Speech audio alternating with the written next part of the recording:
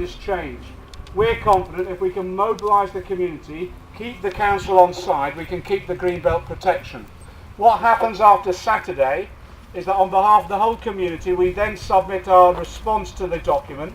A planning inspector appointed by, it's an independent planning inspector appointed by the Secretary of State, will hold an inquiry later in the year. If we don't respond to this document now, we're not able to appear at the inquiry. So the idea of me convening next week's conference is to make sure that we do our submissions residence group by residence group and individuals if necessary, and then we appear at the inquiry later in the year and put our arguments around the protection of the greenbelt.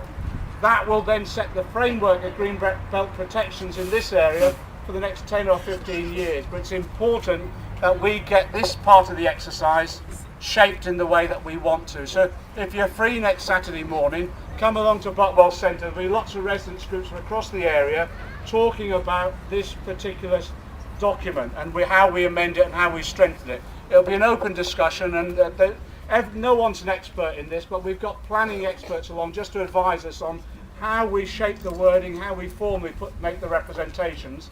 And then after that, we'll be coming back together then to look at how we make representations at the inquiry, because we'll all, if we make our views known, we'll all then be invited to that inquiry to express our views on behalf of the community. I'm confident that we can win this, but we mustn't drop our guard. What I'm fearful of is the commercial developers will lobby for trimming parts of the green belt that don't look as though they're having a huge effect, but once they get the principle agreed, they'll then get the foot in the door for further development. So, and this site, I think, is one of the most important now that we've got to protect. If they can get their foot into partly developing this part of the green belt, I think the rest will go in the area itself. So this, I think, is the key battle. If you can come along next Saturday, please do so. If you can't, don't worry, we'll keep people informed. The letter has gone out to everybody about how you can make your representations. Read that through. If you've got time, write to the council and set out your views on the document. The council hasn't been brilliant about its consultation methods. It's very difficult to get hold of a copy of the document. It is online. It's called the Local Development Framework Core Strategy. Copies are available at the library, but they haven't done enough for people to take away, unfortunately.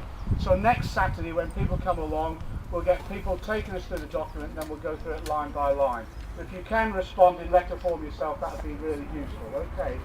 Finally, I just want to thank all those people who helped organise today.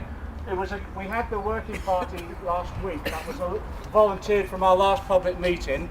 About 30 or 40 people turned up.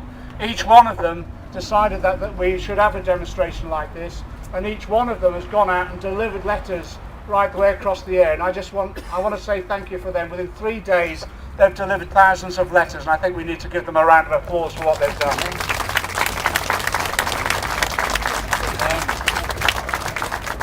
Thanks for coming along. We'll try and keep people informed at every stage. If you can get to next week's conference, come along.